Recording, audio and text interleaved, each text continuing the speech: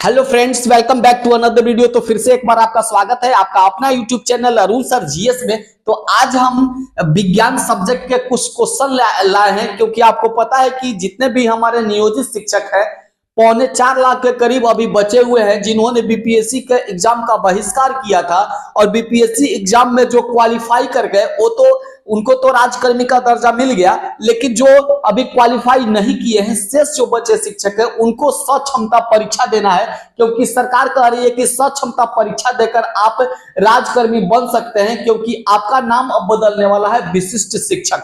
सभी राजकर्मी जिस तरीके से बीपीएससी वाले को सभी सुविधाएं मिलेगी, उसी प्रकार से हमको जो है जो सक्षमता परीक्षा निकालेंगे उसको भी समकक्ष उसके सारी सुविधाएं दी जाएंगी। तो उसी के क्रम में आपको सक्षमता परीक्षा देना है। तो यह जो परीक्षा है आपको 1-2 महीने के अंदर ले लिया जाएगा, क्योंकि आने वाले समय में आचार संहिता लगने का डर है सरकार को। तो आचार संहिता लगने से पहले सरकार चाहती है कि सभी 4.25 लाख नियोजित शिक्षकों को राजकर्मी का दर्जा दे दिया जाए, जो बहुत दिनों से मांग चलती आ रही है। तो उसी के क्रम में यदि आपको तैयारी करनी है तो आप साइंस विषय से बहुत सारे क्वेश्चन आते रहते हैं हर कंपटीशन में। तो सबसे पहला क्वेश्चन लेते हैं फ्रेंड्स। तो यहां है कि प्रकाश वर्ष किसकी इकाई है। तो प्रकाश वर्ष जिस तरीके से दूरी की इकाई मीटर होती है, जिस प्रकार से द्रव्यमान की इकाई किलोग्राम होती है, उसी प्रकार से प्रकाश वर्ष वह किसकी इकाई है, किसका मात्रक है। तो आपको पता है कि जो खगोलीय दूरियां हैं, जो बहुत बड़ी बड़ी दूरियां हैं, उसको मापने के लिए मीटर किलोमीटर का उपयोग नहीं किया जाता है, उसका उपयोग किया जाता है प्रकाश वर्ष। जैसे धरती से किसी तारे की दूरी मापना है कि कितना दूर हमारा पृथ्वी से तारा है, तो उसको प्रकाश वर्ष में व्यक्त किया जाता है। तो यहां पर बड़ी दूरियों को मापने के लिए प्रकाश वर्ष का उपयोग किया जाता है। तो इसका आंसर, सटीक आंसर जो होगा, प्रकाश वर्ष दूरी का मात्रक है, खगोलीय दूरी का मात्रक है। तो देखिए यहां एक प्रकाश वर्ष बराबर 9.46 इंटू 10⁻15 मीटर। यदि इसको मीटर में मापा जाए तो 9.46 गुने 10⁻15 मीटर के बराबर एक प्रकाश वर्ष होता है। तो प्रकाश वर्ष उसको कहते हैं जहां से प्रकाश निकली और पृथ्वी तक आने में उसको जितनी समय लगता है पृथ्वी तक आने में, उसको प्रकाश वर्ष कहा जाता है। जैसे किसी भी तारे से प्रकाश निकली और पृथ्वी तक आने में उसको 1 वर्ष लगे, तो वह उसकी दूरी हो गई 1 प्रकाश वर्ष। अब चलते हैं दूसरे क्वेश्चन की ओर। तो चाल का मूल मात्रक क्या होता है। तो चाल का मूल मात्रक जो होता है वह होता है मीटर पर सेकेंड, मीटर प्रति सेकेंड। अब इसको कैसे निकाला जाता है ये भी आप समझ लीजिए। चूंकि चाल बराबर जो होता है वह दूरी बटा में समय होता है, तो दूरी का मात्रक जो होता है, मूल मात्रक वो मीटर होता है, और समय का जो मात्रक होता है वह सेकंड होता है। तो यहां पर देखिए मीटर और ये बटा को प्रति कहते हैं और सेकंड, इसलिए इसका मात्रक जो हो गया वह मीटर प्रति सेकंड। आप आसानी से किसी चीज का मात्रक आप निकाल सकते हैं। अब तीसरे क्वेश्चन की ओर चलते हैं। तो है कि न्यूटन के पहले नियम को क्या कहते हैं। न्यूटन ने 3 नियम दिए थे, भौतिक में 3 नियम दिए थे। पहला नियम न्यूटन का प्रथम नियम, दूसरा न्यूटन का द्वितीय नियम, और तीसरा जो है न्यूटन का तृतीय नियम कहलाया। तो पहला जो नियम है वह है कि कहता है कि कोई वस्तु यदि स्थिर खड़ी है, यदि विरामावस्था में हो तो हमेशा विरामावस्था में रहना चाहेगी, और यदि कोई वस्तु गतिशील है तो हमेशा गतिशील रहना चाहती है। तो इसको कहा जाता है न्यूटन का प्रथम नियम। तो यह जड़त्व के नियम, इसका जो दूसरा नाम है इसको हम जड़त्व का नियम भी कहते हैं, इसको जड़त्व का हम नियम भी कहते हैं। अब फ्रेंड्स आगे की ओर चलते हैं। तो अगला क्वेश्चन है कि पानी में छड़ टेढ़ा क्यों दिखाई देता है। पानी में जैसे 1 बाल्टी पानी है, उसमें एक रड को डालेंगे तो देखने के बाद वह जो है वह थोड़ा टेढ़ा प्रतीत होता है। तो यह होता है प्रकाश के अपवर्तन के कारण। ये अपवर्तन क्या होता है, देखिए प्रकाश के परावर्तन होते हैं, प्रकाश के अपवर्तन होते हैं, प्रकाश के विवर्तन होते हैं, प्रकाश के प्रकीर्णन होते हैं। तो इसमें प्रकाश का अपवर्तन देखिए क्या है कि किसी भी जब प्रकाश किसी माध्यम में जाता है तो या तो केंद्र की ओर भागता है या केंद्र से दूर भागता है, यानी कि प्रकाश अपने रास्ते में थोड़ा मुड़ जाता है। विरल माध्यम में, सघन माध्यम में जाएगा विरल से तो भी प्रकाश मुड़ेगा।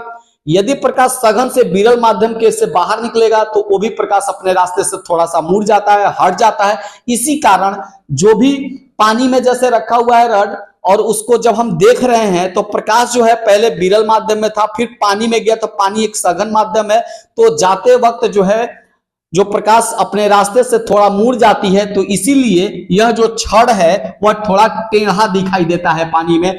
तो आंसर है प्रकाश के अपवर्तन के कारण।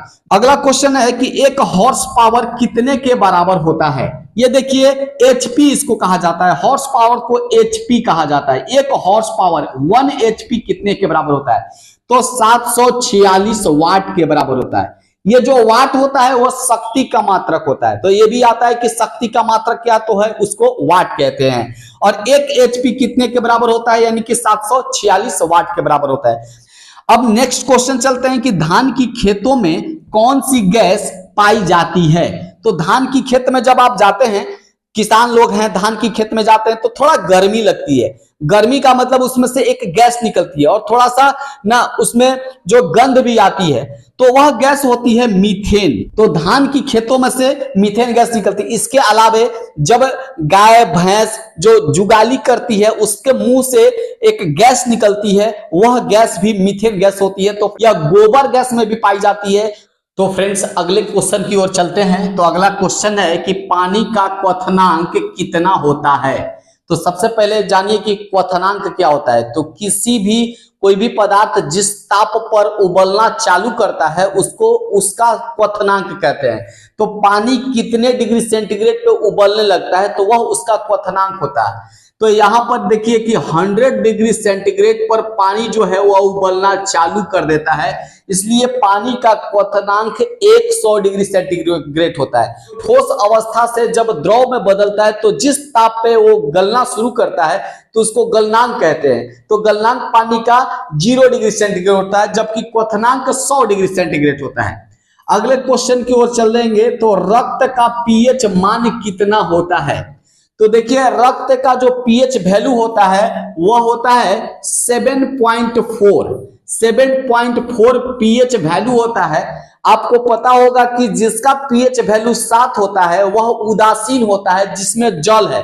तो जल का पीएच मान जो होता है शुद्ध जल का वह होता है 7। जब उसका पीएच मान 7 से कम हो जाए तो वह एसिड हो जाएगा, और 7 से जब ज्यादा हो जाए तो वह हो जाएगा क्षार।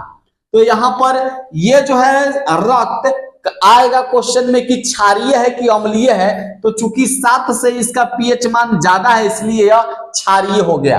अब नेक्स्ट क्वेश्चन की ओर चलते हैं। तो कोशिका का पावर हाउस किसको कहते हैं। यह बायोलॉजी से क्वेश्चन है। तो कोशिका जो होता है सेल्स का जो पावर हाउस कह लिया जाए, शक्ति गृह कह लिया जाए, तो वह होता है माइटोकॉन्ड्रिया। माइटोकॉन्ड्रिया जो होता है कोशिका का पावर हाउस होता है, इसको शक्ति गृह भी कहा जाता है। तो अगले क्वेश्चन की ओर चलते हैं। तो पौधों का रसोई घर किसे कहते हैं। क्योंकि पौधा जो जहां खाना बनाता है रसोई घर उसी को कहते हैं। तो पौधा जो है खाना वह पत्तियों में बनाता है, पत्ती के द्वारा खाना बनाया जाता है, इसलिए पत्ती को रसोई घर कहते हैं। पौधे का रसोई घर जो हुआ वो पत्ती होते हैं। पत्ती में क्लोरोफिल होते हैं, जिसको हिंदी में पर्णहरित कहते हैं। तो पर्णहरित जो होता है वो हरे रंग का होता है, इसलिए पत्तियां हरी होती हैं। तो प्रश्न ये भी आ सकता है कि पत्ती हरा रंग होने का क्या कारण है। तो क्लोरोफिल है। क्लोरोफिल जो है हरे रंग, वो हरा वर्णक उसमें मौजूद होता है, इसलिए वो हरे रंग का होता है। और वह जो होता है सूर्य के प्रकाश को ग्रहण करता है। तो प्रकाश संश्लेषण की जो क्रिया होती है वह पत्ती के द्वारा ही होती है। तो फ्रेंड्स इसको आप समझ गए। अगला क्वेश्चन चलते हैं। जीव विज्ञान के जनक किसको कहते हैं। अरस्तु को जीव विज्ञान का पिता कहा जाता है। वहीं पर जीव विज्ञान सबसे पहले किसने प्रयोग किया, तो लैमार्क ने। लैमार्क ने जीव विज्ञान शब्द का सबसे पहला प्रयोग किया था, जबकि जनक जो है वो अरस्तु को कहते हैं। तो फ्रेंड्स आज का वीडियो कैसा लगा। यदि वीडियो अच्छा लगे तो लाइक करें, और चैनल पर मेरे नए पहली बार विजिट कर रहे हैं तो चैनल को जरूर सब्सक्राइब करें। जय हिंद, धन्यवाद।